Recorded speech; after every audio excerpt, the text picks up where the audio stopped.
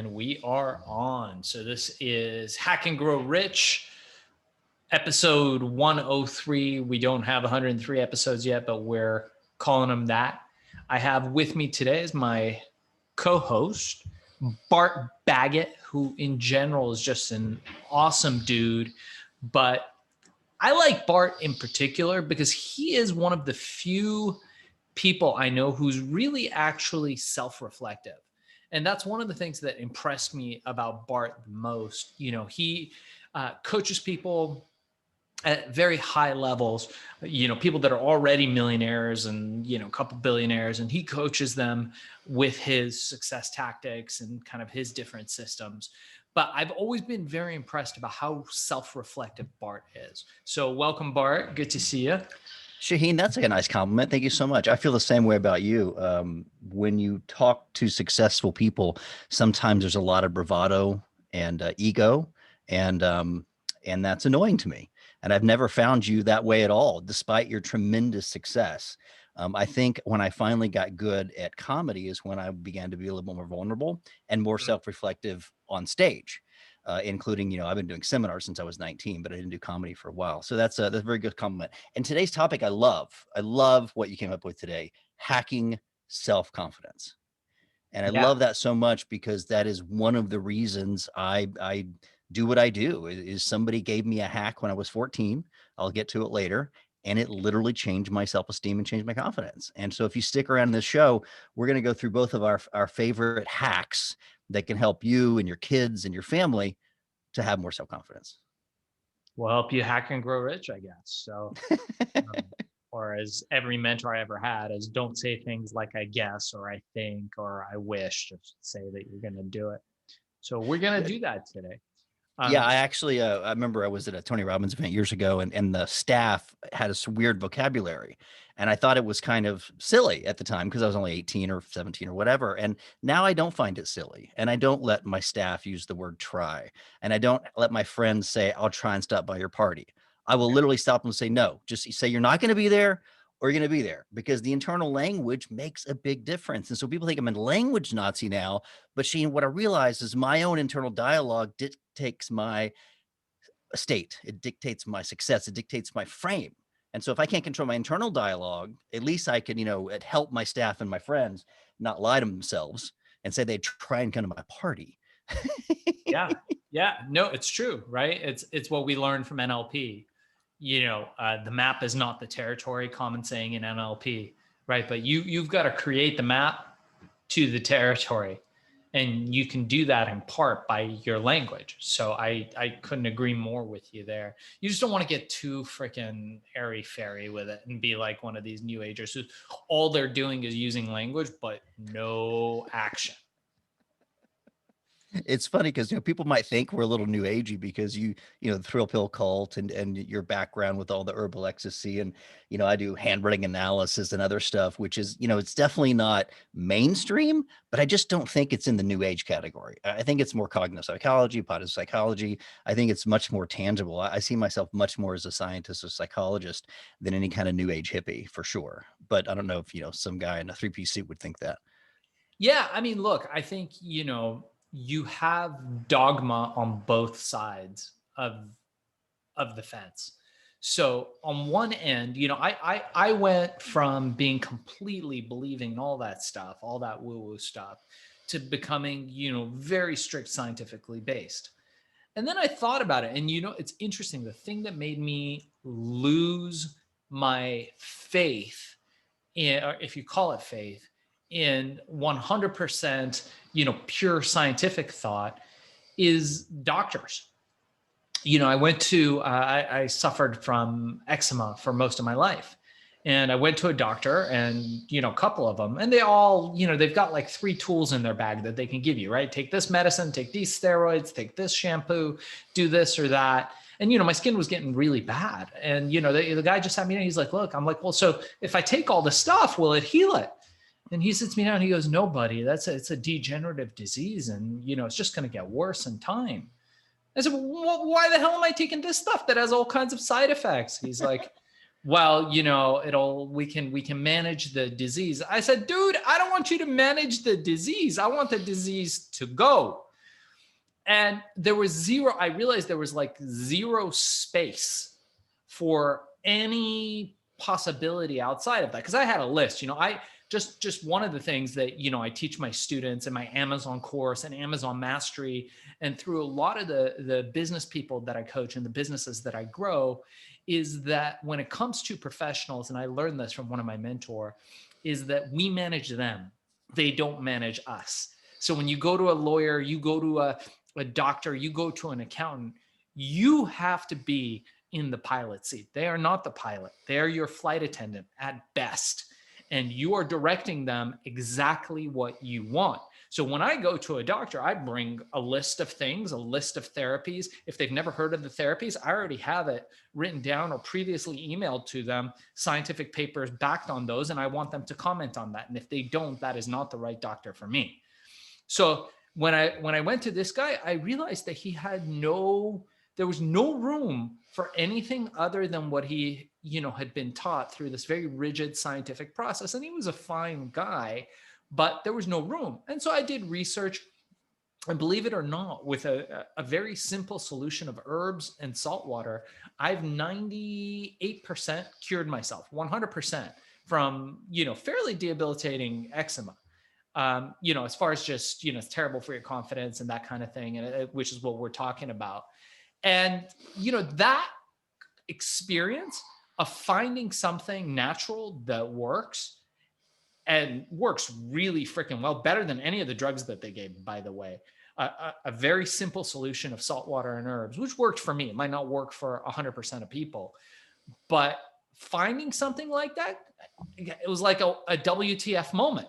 I was like, dude, like, WTF? What the heck? Why didn't you explain these options to me? Why didn't we go through that? So then I thought to myself, well, what else is there? And this is what I think about that, Bart, is that what I realized is that there may be things operating outside of our scientific principles. And even the greatest skeptic would say it's possible, right? And I love reading the work of people like Richard Dawkins, and listening to Michael Shermer, who's like the king of all skeptics, and seeing how these guys think. I love watching them be critical of that kind of woo. But if we are open to it to some extent, saying, I don't know, I'm not going to name it, but I don't know, you may open up the possibility of something working just for you. And that's the problem with this rigid scientific dogma, is that there's a very rigid series of rules and beliefs that have to come into place. And it doesn't leave a lot of air for new findings, new discoveries that may work for an army of one, just you or just me.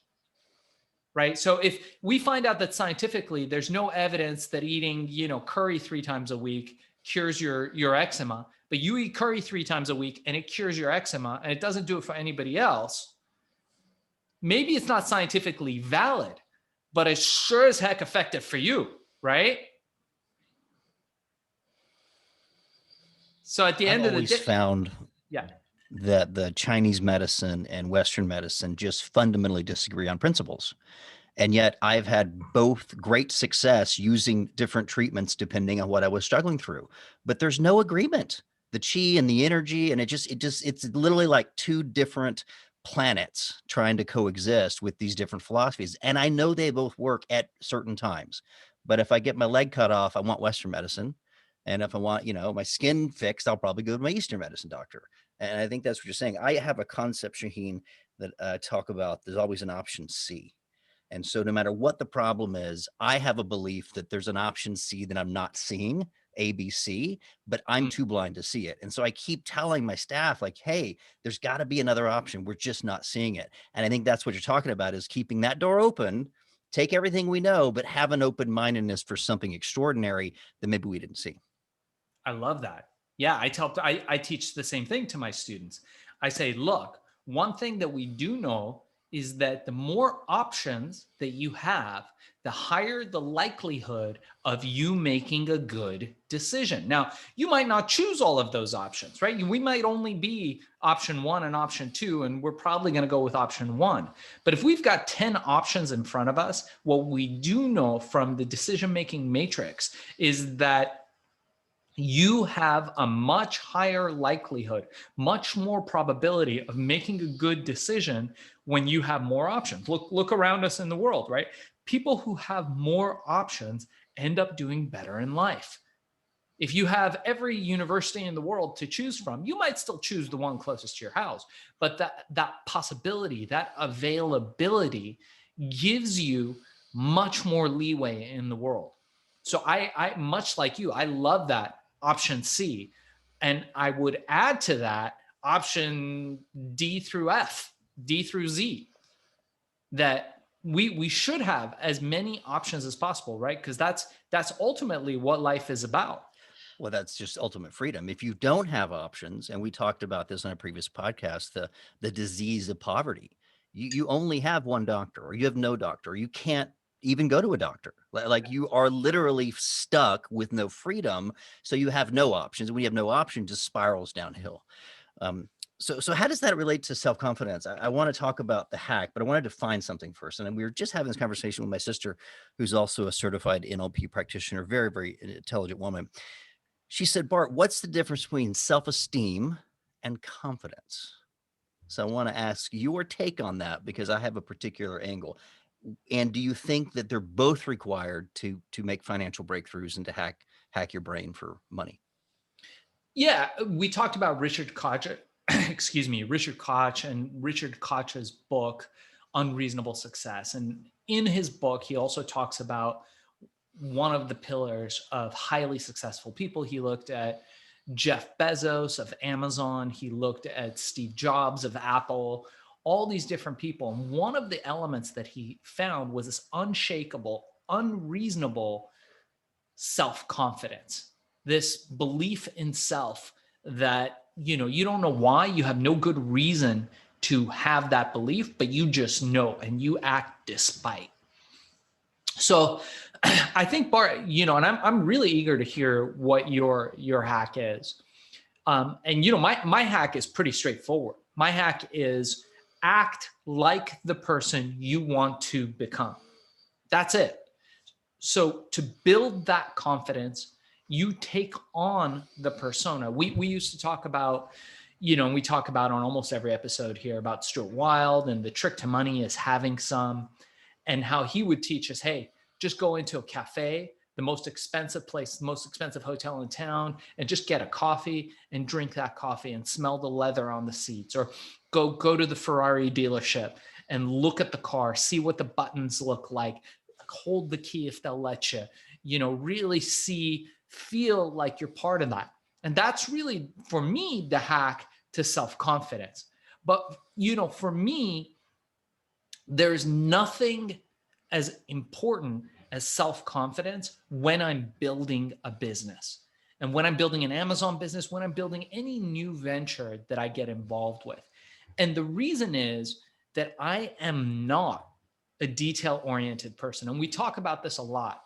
You could potentially be the best technician in the world at any of a series of specialized tasks.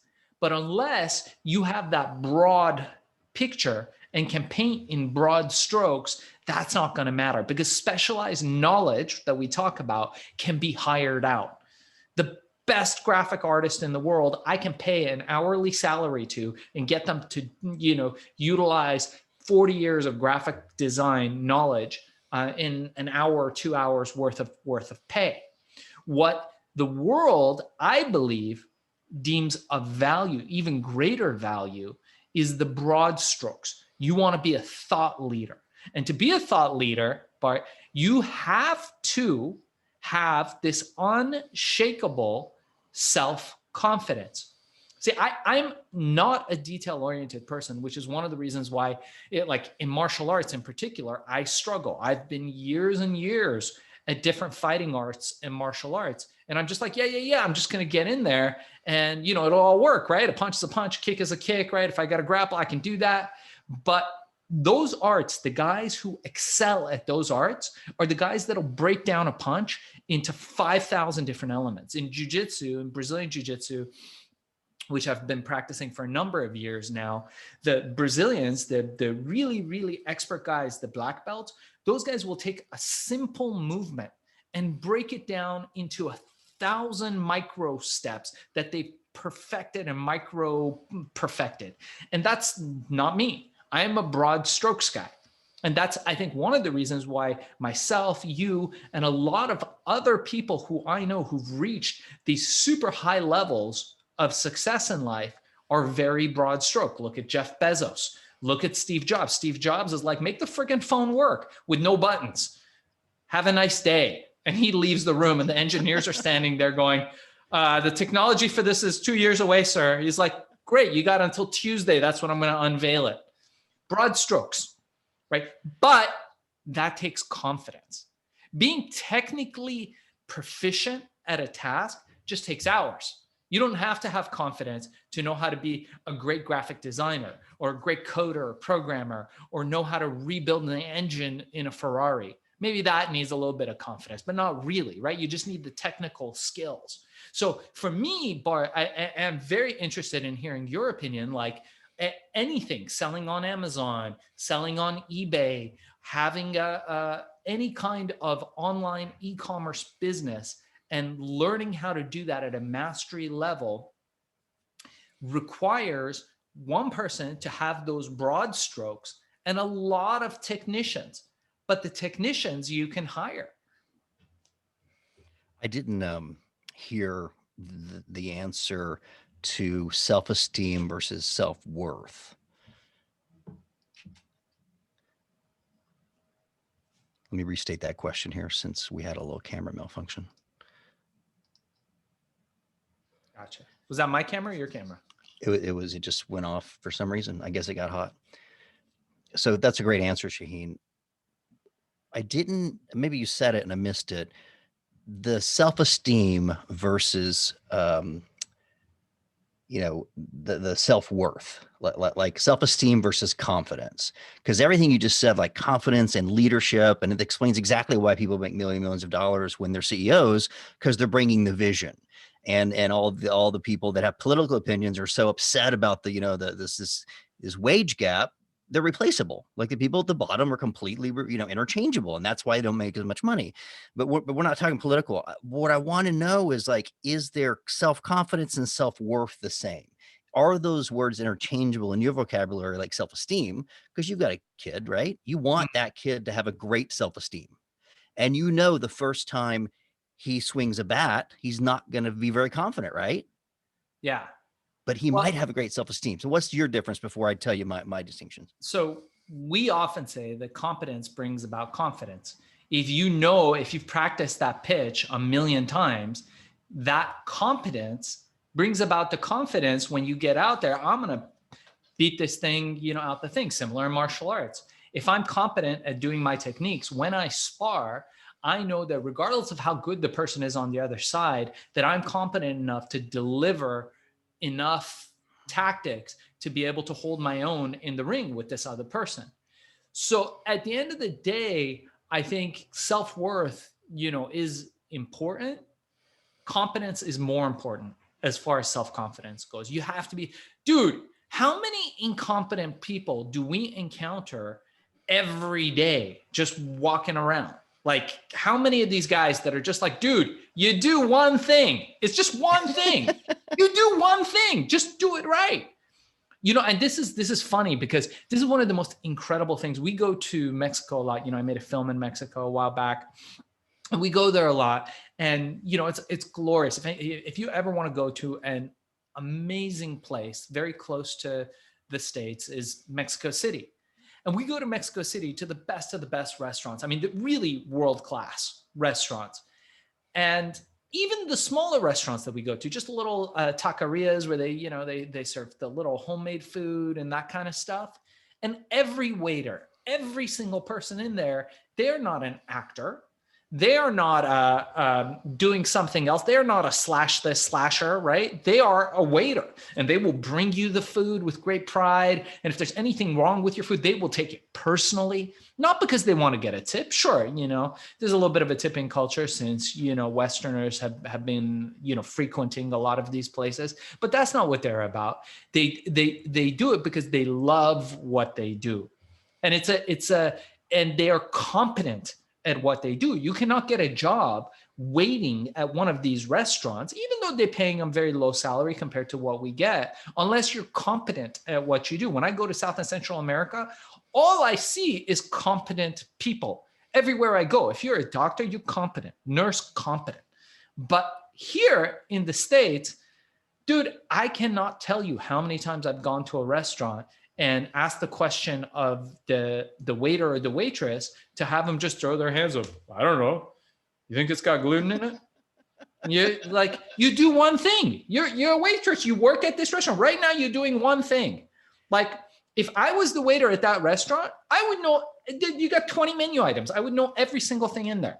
And when you ask me, I would tell you. If I didn't know, I'd say, sir, that's a great question. Let me go ask the chef and come back. Competence brings about confidence, my opinion. So again, I think I did a great job tonight of not answering your question. So let me tell you what I perceive it, and perhaps it's because I've done the psychology of handwriting so long, there happens to be these distinctions within that science, and so I kind of thought about it this way. And one of the things that I found a lot of people get confused with is vanity and pride, and they confuse that with ego. And then I say with the word ego, and people go, oh, I don't want to be egotistical. That's a bad word. Yet ego is also the same thing as confidence, personal space. I'm going to come in the room. You're going to know I'm here. I'm going to get on stage. And that's a wonderful thing, unless it becomes arrogance. And then people find that kind of annoying sometimes. And so for me, there's really 4 areas that are distinguishably different. And of course, unless you really understand some cognitive psychology, it's hard to spot those, in yourself and your friends and stuff. So you got ego, which is the sense of how important I am and how much space I hold. And I think that relates really strongly to athletics and to sports and then to confidence.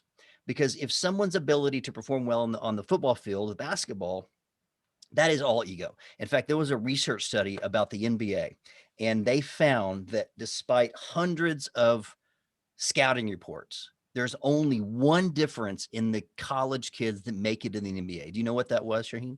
Of all the personality traits and all the skills, I mean, everything. Was it was confident? literally, but it was narcissism. Oh, no way. It was excessive confidence. It was to the point that they wanted to be the only star. It was a star quality. And you think about it as a team player, but every one of those kids was not the team player. They were the most outstanding kid on their team their entire life.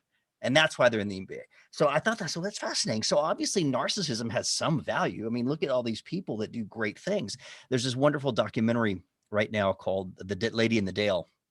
If you've seen it, it's about this little yellow car. And I think her name is Liz Carmichael, is the lead character. And I just was fascinated by how she convinced everybody this car is going to be a big deal. And her employees, even after she went to jail, were like, I'd work for her in a second. She's amazing. And it definitely wasn't her physical appearance. It was this undeniable belief in herself and the ability to sell a dream. And if you're watching it, you're like, well, maybe she's a con artist, maybe she's not. So to me, that's the confidence, right? But what I found is this important distinction is that self-esteem is, am I worth it? Am I worthy of love? Am I worth money? Am I good enough? And I came across somebody, yes, I analyzed her handwriting, and she literally used to burn herself with cigarettes. And she would say things like, I hate myself. And I would just be like, of course, I've never said those words about myself ever. And I sure would never think of cutting myself, right? But she hated herself so much self-loathing that she had bulimia and anorexia, if you go back to her history. So that's a low self-esteem, right?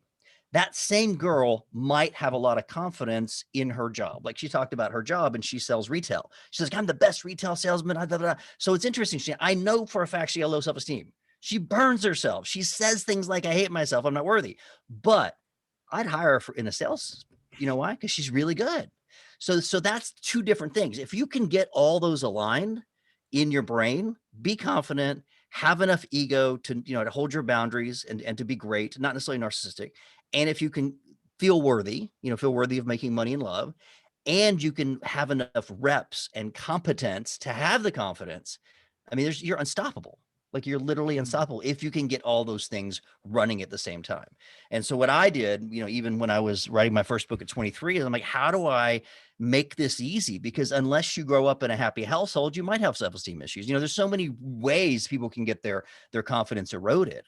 And so one of the things I hacked was like, well, let's see if we can use NLP or hypnosis or handwriting, or how can we kind of short circuit this auto response so Mm. that our brain goes, yes, I can do it.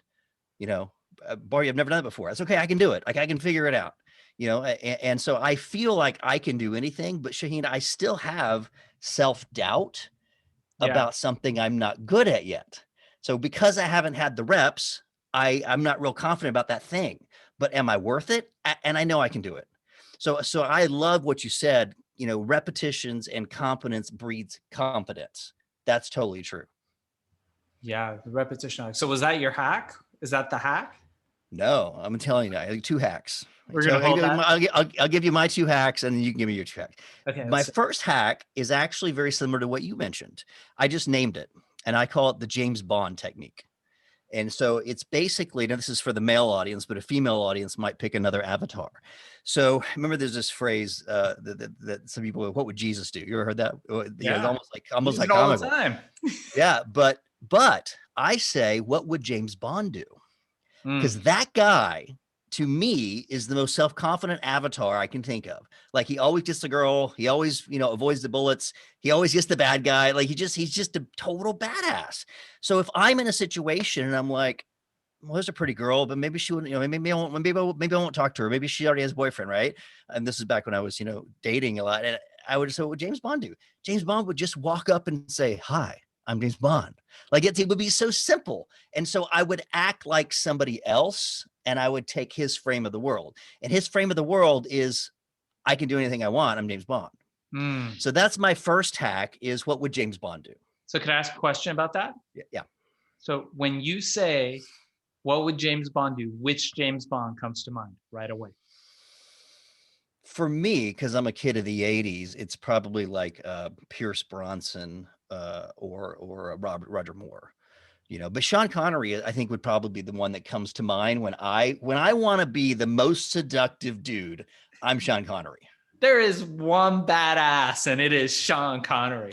The rest of those guys Man. are pretty badass. Like you look at Daniel Craig's very good. A buddy of mine was the first bad guy in Casino Royale. We can have him on the show, Darwin Shaw. He's amazing.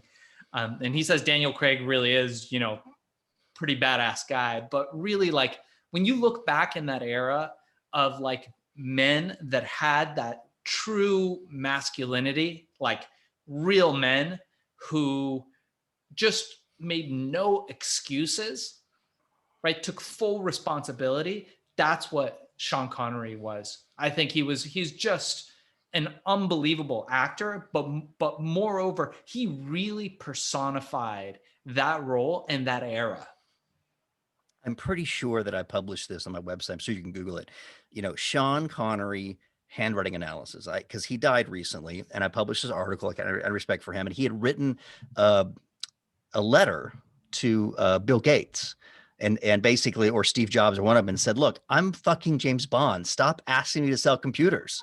Like he was just telling him to fuck off. But his signature is everything I teach. It's confident, it's optimism, it's got ego, it's got high self-esteem, it's got all the pieces of the puzzle if you were kind of way down the rabbit hole in what we teach. But he has such swagger and he brought it to the screen so well. So yeah, I think the answer is, I think of Sean Connery if I want to go, shake somebody's hand that I'm nervous about shaking or something. Yeah, I think he's a guy who like I aspire to be. I mean, I don't know what he was like personally, but Right. as far as like the image that he portrayed. So I'll tell you, funny story, and I want to hear your second hack. So my grandfather, was one of the few guys outside of myself that made a success in our family in Iran. And I remember one of the markers for this was, he must have been in his 40s. He took care of 9 brothers and sisters, none of which were successful. So he took care of everybody in the family. And basically just coming out of doing his military service in Iran in the Shah era, he came out and he just, started going to the markets and figuring out how to trade steel and trade, commodities. And I remember when I was a kid growing up at their house in Iran, that dude would be taking a nap every day at noon. Dude would be napping. And I would be like, man, that's what I want to do. Like all these other people are going to jobs, hustling, all this stuff. And grandpa, he just sleeps at noon when he wants to. And then he wakes up, he yells a little bit, people bring him tea and whatever. And so we moved to America, and my grandfather, moved to America, and, he moved his whole life here. And I remember I was staying with him for a period of time in my very early teenage years. And my grandfather was obsessed with American television. He just couldn't believe how good it was, because from where he was living, things were very limited. You had 1 or 2 channels, and, we all moved to Europe. It's not like here. And he would turn over, he'd turn his head and look at me all the time. And he would be like, Shaahin, what are you doing with your life? Why can you not be better? And I'd say, hey, Grandpa, what do you mean? I'm trying real hard. I'm studying, whatever. He's like, you need to have more character. Can you be more like this Bob Barker? He's the man you should look at this. He has beautiful women. He understands money. Oh, this Bob Barker. And that was his ideal for masculinity in those ages. He just saw this man who was like, always, very sensibly dressed, but very, fairly conservative, good disposition, and always had beautiful women around him and was around money and things. So my grandfather thought that he was the pinnacle of masculinity. Bob Barker. He's a game show host, right? The game show host, The Price is Right. Yeah. For you guys who don't know, Bob Barker was the original host of the show The Price is Right, where I guess contestants would go on and they would spin a wheel and guess how much something is. And you remember his big thing was, and look what's behind door number 3, a new car.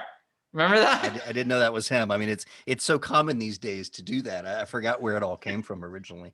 That's so funny. So be more like Bob Barker. Bob Barker. Yeah. According to my grandfather, that was it. That was confidence, masculinity, all those things that he loved. He gotten into, with Bob Barker. But I think the same theory would apply with a woman, because a woman can be confident. So think of like Sophia Loren or whatever, feminine, if you want to mix femininity into it, and then think, what would she do? Like Marilyn Monroe. There was a number of those movie stars that just owned a room. Whether it was sex symbol or not, they owned the room. And that's what we're talking about with this energy and the self-confidence. Second hack, this is really interesting. And this is probably what kind of put me on the map years ago. When I was 14 years old, I met a doctor, a hypnotist, and he said, Bart, he goes, I'm going to give you a couple of ways, for you to be happier. He goes, I'm going to make a hypnosis audio for you, literally on a cassette, Shaahin. And it just told me that I was good enough. Kind of typical affirmation stuff. And I'm like, sure, I'll do it. And what do I got to lose? A low self-esteem? Great. I'd lose that. What's the possible worst could happen? And he goes, second thing I want you to do is I want you to make a couple of changes to your handwriting. And I said, well, why would I do that? Like, what does that have to do with it? He goes, I don't care how your handwriting looks. I just want the repetitions over and over and over of this thing I'm going to teach you. So the neural pathway of this particular thing somehow affected my brain. And within about a year, Shaahin, I was literally like so much more confident, because what I did was I took my T bar, which is on the letter T, is a B-A-R-T, from the middle of the stem to the top of the stem. And I know it sounds like silly, but I said, I'll be my first guinea pig. I've given that advice, to probably 3 million people, if you include all the radio shows I've been on. And thousands have written back and said, it actually works. Like this little hack of changing and repetition. You can't do it once, but if you can do this every day and write, that'll boost your self-esteem. And I don't know why it works, Shaahin. I don't know how this little thing and the letter T goes into your brain. I wish I could scan it and figure it out.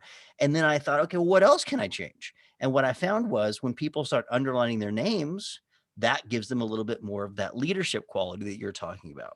So I started picking out individual traits, and I thought, what if I could actually just sort of meld together like this perfect person for me or for your perfect job? And so you could change a number of traits. So I began to reduce fears and increase the positive traits. So my second hack is underline your name and raise your T-bar. Underline, anytime you write your name, put an underline to it.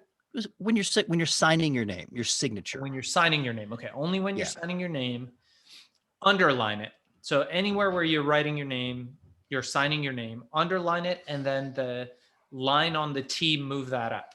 Move that up, and that'll increase your ability to dream, to overcome your fear of failure, and you'll start thinking bigger, which maybe you call it broad strokes. It just, and I can tell you the moment I knew it worked and I remember I'm 14 or 15 years old, right? I remember walking up to this cheerleader and asking her out, someone that had never really talked to, right? And she said no, by the way. Yeah. And I walked off and I went, huh, well, never hurts to try. And it just went right off my shoulders. Very funny. That girl I ran into at my class reunion, and she is still very pretty.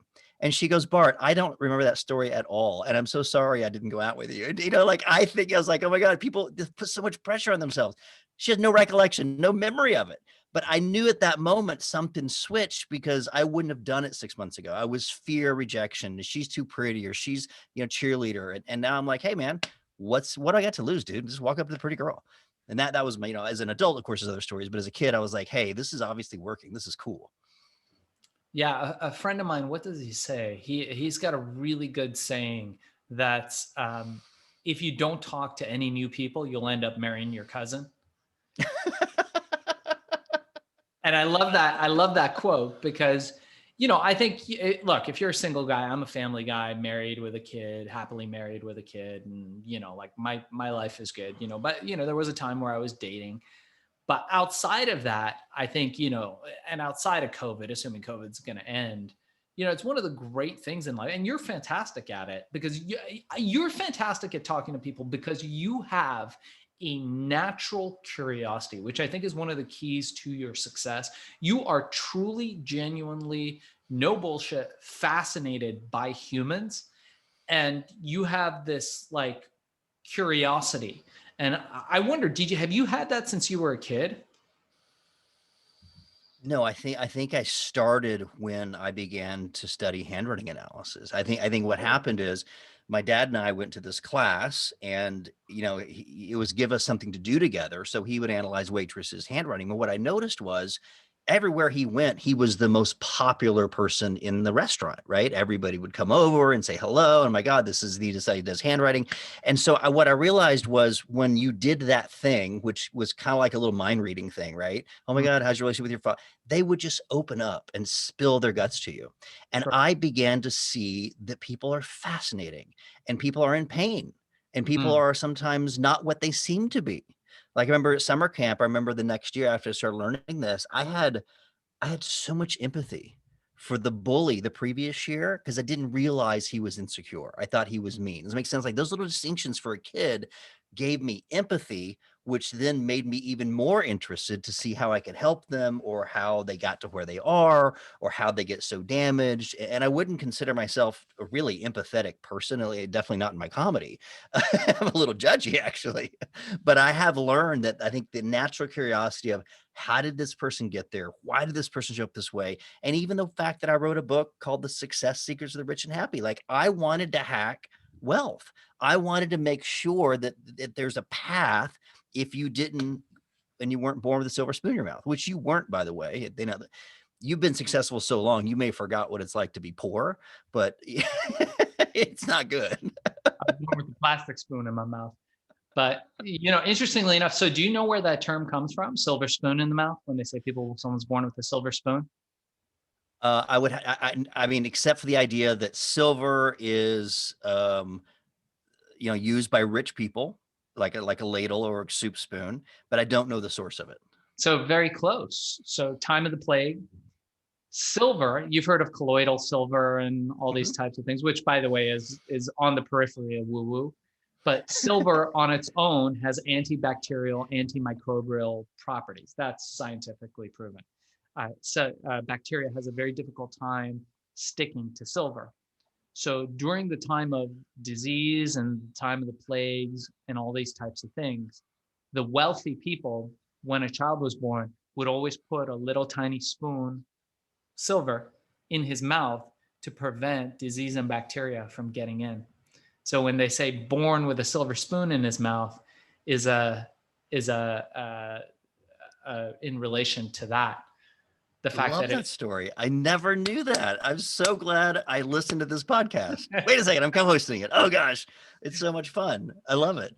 Yeah, I mean, we were very middle class. In fact, my dad was just laughing about how poor he was. He was talking about how his house was so so poor that once they built it, the wood shrank, and then it had space between the wood. So he would put up cardboard so that in the winter the wind wouldn't come through his bedroom. Like he was like literally like a one bedroom out in the middle of East Texas. So yeah, he overcame quite a lot, and I feel like I had a silver spoon in my mouth compared to him. You know what I mean? Like we're middle class, and he was literally poor, like at least yeah. sleeping on a dirt board poor. So I mean, in one generation or two, all of a sudden we've made it to a whole different location in life. What would happen to you if you guys hadn't moved? Would you be dead? If your family didn't pick up and come to America, like where would your life ended up now? No, I don't think we would have been dead. You know, my family were Iranian Jews. We left Iran in the late 70s, around 1979, during the fall of the Shah, and came here mainly because my parents were, you know, the generation before them had been through World War II, and they were afraid that the Holocaust would repeat itself. So those wounds were still open for them, and they were afraid that what they saw coming, and a lot of people argue that that wasn't the issue of the regime, but you know that there started to be some talk, anti-Semitic talk, and a lot of Jewish folk in Iran, like my grandfather included, were doing things like lending money. And in that particular society and culture, lending money is illegal. It's against the Islamic laws. So my grandfather started to fear for his life. And when the regime changed, all the people that owed him money were like, what money, dude?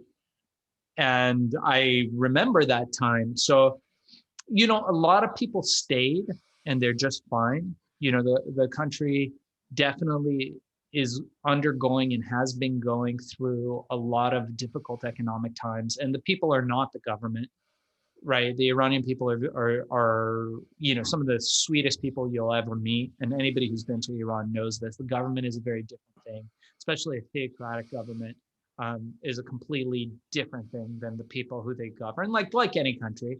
But I think, you know, if we were to have stayed there, I think worse than being poor, we would have been solidly middle class, and I would have led a very predictable life, which I just don't feel was in the cards for me. But you know, it's those Yeah, things, right? It's like, you know, remember, like we talked about this, like what's the one thing that could have happened that shifted your whole life? We talked about transformational experiences. mhm. You know, any one event could change the entire trajectory of our life. So who knows? I I'm so surprised at sometimes what that is. I was driving through Tennessee a few months ago, and somebody came across my Facebook, and I'm like, "Oh, you live near here?" Yeah, I recognize him from like 20 years ago. You know, he was one of our students, and he used to. And he sent me an email. I said, "By the way, I read your book 20 years ago, and it took me 15 years, but I'm finally rich and happy, and I wanted to thank you about that." He goes, "What I didn't expect is it to take so many years." But apparently my book, whether it was a great book or not, turned his brain, and he went, you know what? I can get there. And so he Mm, started reading Think and Grow Rich. He started reading Tony Robbins, started reading other books. He started thinking outside the box. And so he gives me credit for that one decision that shifted his lens. And literally he's retired at 55 right now. But I didn't do the work. But that one decision to pick up that book was, and I was just, it really made me feel good, Shaahin, because, you know, for me, you do all that work and occasionally you get a letter or an email, but it's not like you get thousands of emails or letters every day, because, you know, you do this and you've written a book. In fact, you've got one coming out really soon. It's a lot of work. and it's really thankless. And unless it becomes a bestseller, it's just great. By the way, I love your first episode of Billion. You Yeah. hired these amazing actors. I mean, it's an interesting podcast. I think it's going to be great when the whole thing rolls out. Is your book out yet? Can we pick up a copy yet? So we will get to Billion. Do you have an audio version of your book? That is on my to-do list. My book called The Magic Question, which is a very short book, is on Audible, and it's literally one of my best sellers. And so I keep seeing the royalties and thinking, why don't I have my other book on Audible? Like, I'm getting royalties every day. So it is literally on the list of things to do this month, but it'll probably be a few months before The Rich and Happy book is on Audible. So could we possibly give our listeners some kind of advance notice, maybe, and also if they get the Audible book, that you might throw in some other thing for them, some special thing for Hack and Grow Rich listeners? I would love that. In fact, I will tell you this, because I'm halfway finished with the audio version of it. If they get the PDF version from my website, they actually get like half the audiobook, because I already finished half of it. So it's already like up and running there. But if you get it through like Amazon, I can't do it. So stop by bartbaggett.com or Handwriting University. And The Rich and Happy is a great book. I mean, it's a 400-page book. I mean, it's not an easy read, but it's, in fact, we had an email, and I want to ask you this question as we wrap up the program, is what books have made the biggest difference in your life as like a recommendation.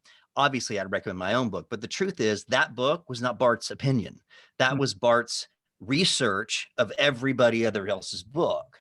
So, the Kawasaki stuff on, the Rich Dad, Poor Dad, that philosophy's there. You got the systems analysis, from like Michael Gerber. You have the leadership. You've got, of course, the cognitive psychology. So I blended that all into what I call kind of a tome or a big book, saying this is the best Bart can come up with about being wealthy. But it's really a result of other interviews, because even when I wrote that book, I wasn't necessarily rich and happy, but I felt like I had a really good grasp on the research of other people that have gone before me.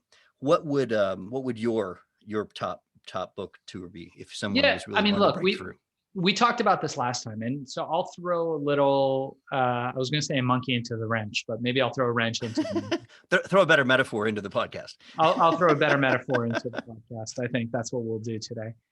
I'm going to say that the most impactful books that you read aren't necessarily about the book, but about the time. And the fact that you're here right now, guys, everyone, you should know this. Us as writers, and I've published several books, Bart has published several books. Here's a big secret. We don't make money from books. Books are not a pathway to riches, as you would think. I've got friends that are New York Times bestsellers, have big book deals and all that stuff. The amount of money they make from that is minuscule compared to what they make in other areas of their life. So if you are able and you're at the right place at the right time, and you hear somebody and that person inspires you in some way, shape, or form, spending that $10, that $20, that $30 on that book that this person has spent years and countless effort producing is a good move. Now, the book might not be the most spectacular thing you've ever read, but it might be the right thing for you right now. So keep that in mind, guys, as you and gals, as we kind of go through this. So for me, the books that I read were right for me at that time. So it's another element. I play chess oftentimes, right? So I love martial arts and I love chess. I see them as all parts of the same thing. And chess is really like this 4-dimensional way of thinking.